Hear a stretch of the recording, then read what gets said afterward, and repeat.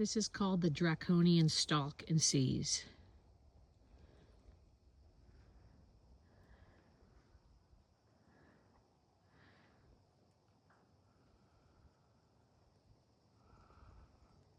Get it.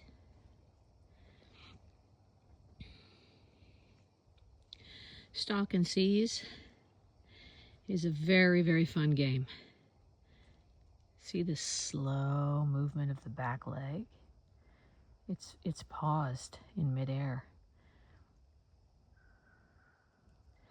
It's almost like the point. His foot is actually mid-step. It's super cool. And that is one wonderful dog. This is my dog. And this is an invitation to chase.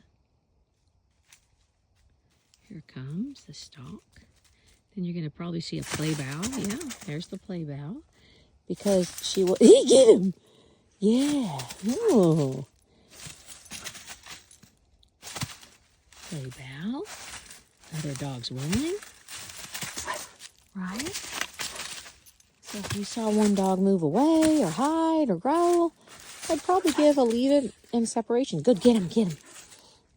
But this, play bow, wagging tails, and now we're gonna go. Let's go. Let's go.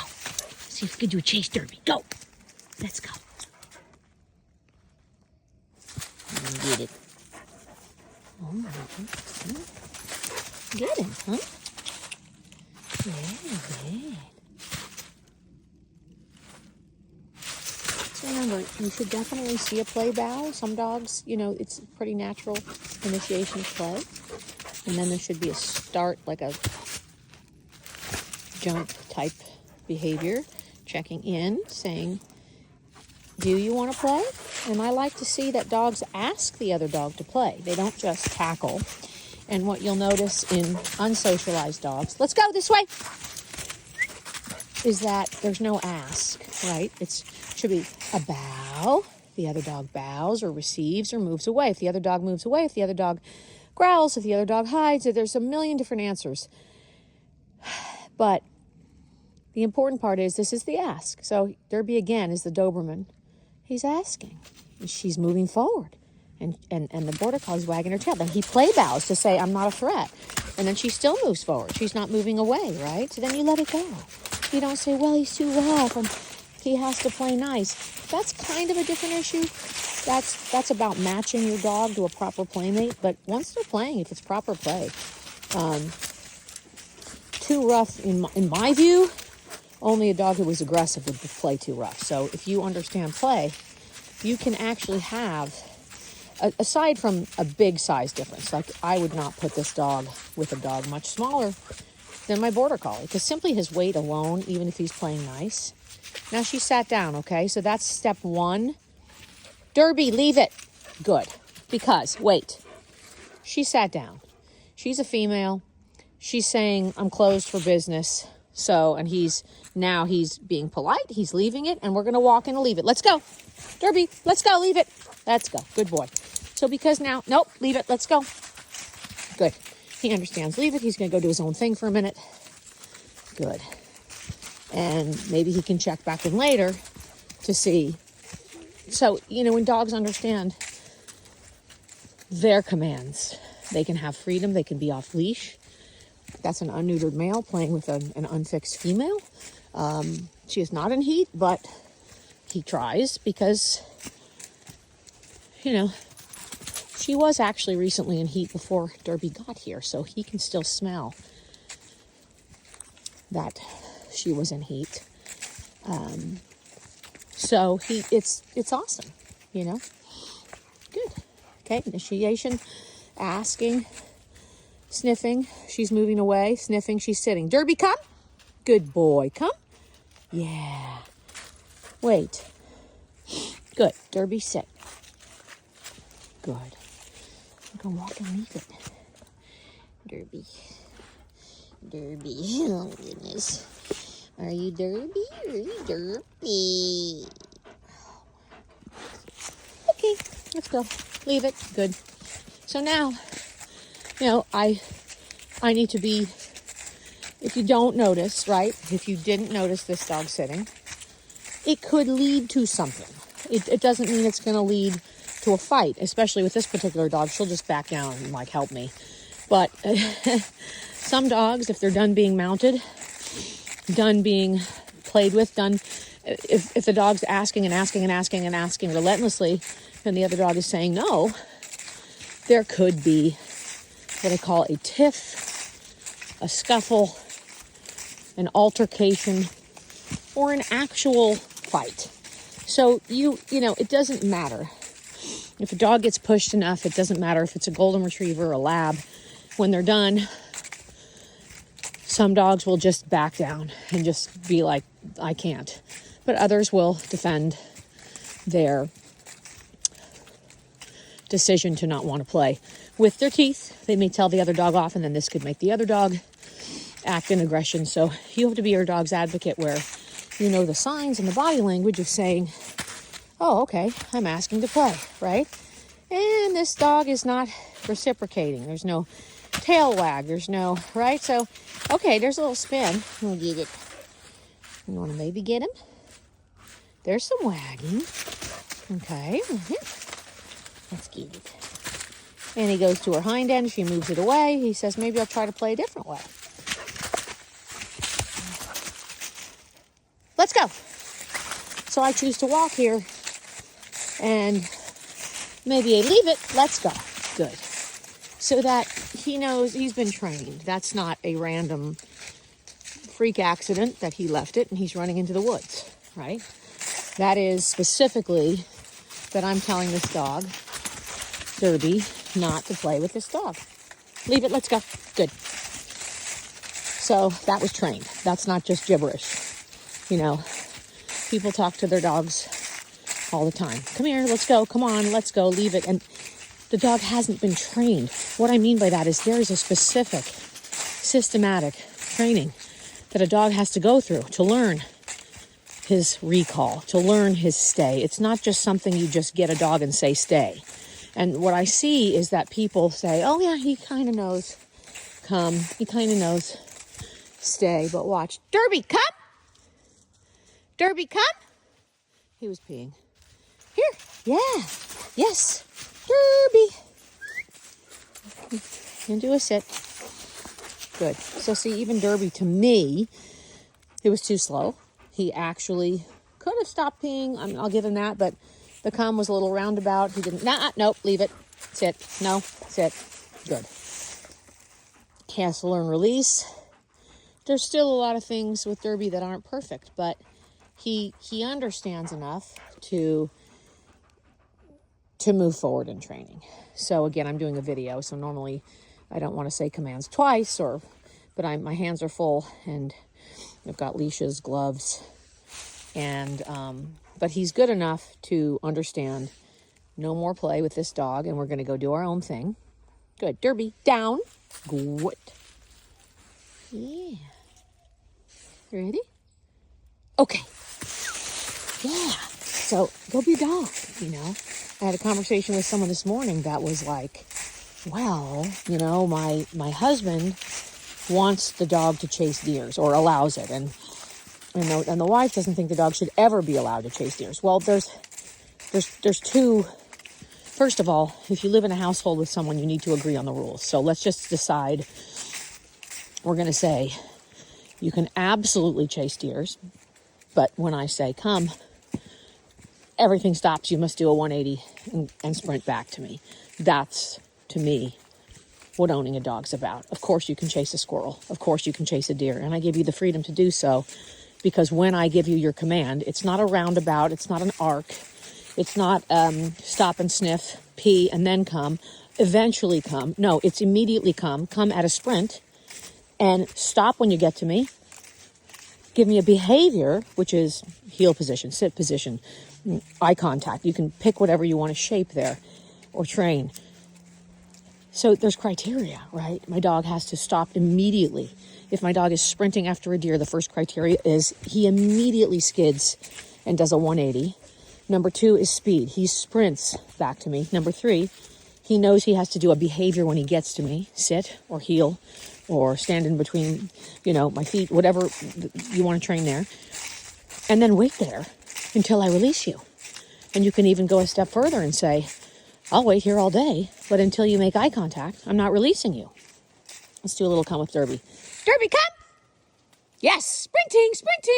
Here, Derby, right here, sit. Pretty good, he overshot me. So here I used the vibrate, and I held it down until he gave me a sit, then I released the pressure. Good boy. Here he can have a treat or a tug toy or whatever, but the main thing is he's totally controllable. Some of you might say, well, there's an e-collar on. Yeah, but you know what? He was perfectly trained first. And he is a dog that decides, wow, there's 400 acres back here. And if I don't have this e-collar on, I'm not coming. And at that point, you can apply with a vibration, a shock, a tone, whatever. Let's go, break. And I have a lot to say on the e-collar. So this is not a particular video about how I begin that training. I am not one to just e-collar train, meaning I like to use cookies and treats and teach all the positions first. All the behaviors and positions to an excellent level with mild distractions. Using the leash if I need a correction until I am certain the dog understands. How do I determine the dog understands? 80% MSP, minimum standard performance. If 8 out of 10 times you say sit and your dog immediately sits, he knows sit.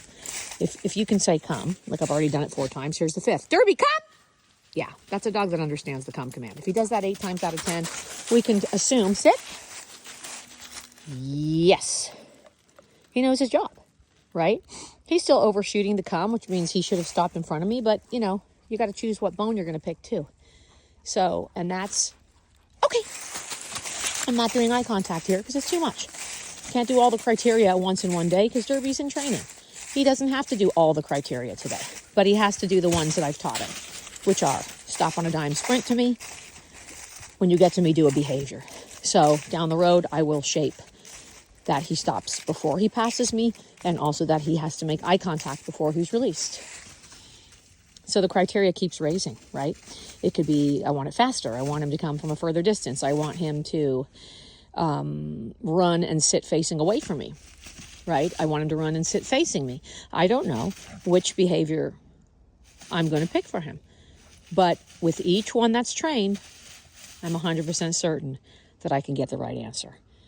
And if you have a dog off a leash and you don't have an e-collar on, they are going to choose a time to blow you off. And once that link in the chain breaks, all of your training falls apart. Yeah, you're going to get him, aren't you? So, the other thing is, bones to pick, right? If I needed everything today, for example, if I say sit to a dog and stay and the dog lies down, am I going to punish him because he's not sitting? He went down instead of sit? No. That's a very important bone that you should not pick. The dog is staying. The dog is lying down and staying. Down is harder than sit for most dogs. It shows compliance. It shows submission. It shows, hey, I'm down. You told me to sit. I'm just going to go ahead and lie down because I know I'm not going anywhere. So I say, to say, I told you sit, not lie down. That's an idiotic correction. You don't want to do that to a dog, right? If I have a dog that's in a perfect sit stay and I want eye contact, but he's in a perfect sit stay, but he's looking, right? He's looking around. I see a squirrel, I see another dog, but he's in a sit stay.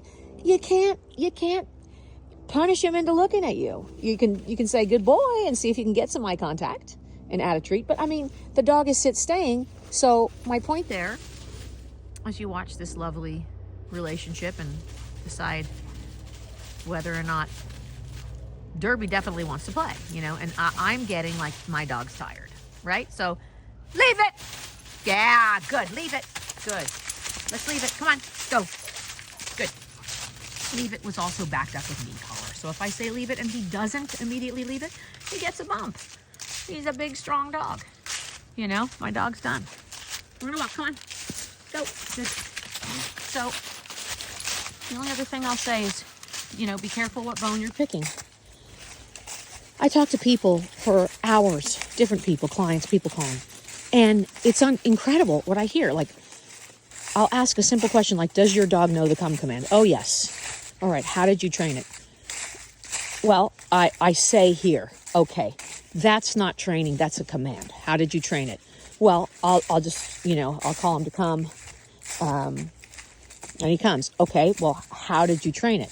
By just calling him to come. That's not how you train the come command. It's absolutely not how you train the come command. Right? Derby, come! Yeah. It's a great recall. Here, Derby. Good, sit. Sit. And now I'm going to try to shape. So I stopped him. Now, he's not making eye contact, but he's sitting. So I'm not going to ask for eye contact here. I mean, if I had a treat, maybe, but this is great. So as a reward, I can say, good boy. That's a good boy. Yeah, look at you. I can try to trick him into looking up, but until he looks up, I'm not going to release him. So I can change my body position until I get eye contact. And when I get eye contact, good boy, Derby. Derbs. Are you a good boy? Yes. Okay, go. He just flashed me his eyes, and I let him go. Till I can build that idea. So I'm not going to hold him to that until it's perfectly trained. But the other thing is, training is a systematic process. You don't just use a command with a dog who hasn't been trained the command. Using a command is different than training a command. And this is the breakdown, right? Like if you got on a young stallion, 3 years old, and he's never had a saddle on or a bit in his mouth, you would never just put a saddle, put a bit on, and get on that horse. Never. There's a systematic approach, right? Where you have to go slow. You put a cloth on his back, then you change it to a saddle pad, then you try putting the saddle on and off, and then you work him on a lunge line, you handle and you groom it. There's all these steps. So with dogs, somehow you get a dog and you call it to come. And by chance, it probably does come back a few times. And it probably does come back in the house. And it probably does come back with no distraction. But, Derby, come! Derby, come! Derby, come! Hold on. Okay. Derby! See, Derby also had to learn to. Derby, come! Yeah, look at you. Good boy. He also has to learn, like, these are my horses. We don't go through this gate. There's no dog fencing here on my property. So, he has to walk by nicely. We're in a safe place, but he can't cross this fence. No is the answer. And we're going to go home now. And, Derby, come? Yeah. Let's put you in a heel. Heel. Derby, heel. Heel. Ooh, good boy. And hi. Hi, my girl. Hi, my beautiful. Oh, my goodness. I just love you. Yes, I do. I love you all. I love you. Yeah, you go. You taking a nap, P? You taking a nap. The mare's down, which is rare. And everybody else is standing up, watching. The mare's down. And it's really neat. So, okay. Now, Derby was healing. I didn't release him. And when you're doing a video, this is the other thing, guys. When you're training a dog, I'm making a video. So I'm technically, it's very poor timing. I've repeated commands. I've done things that I normally wouldn't do, but I'm just making a video. And I'm aware of those things. But most people, if you have a young dog, when you go out, you're 100% training or you're not. And if you're not, you're in a safe place and you let the dog go, let him run. If you're not in a safe place, dog's on a leash. You can still let him get ahead of you. He doesn't have to be in a heel. Let the dog be a dog. And then when you train, have it 100% consistent and certain, right? And be willing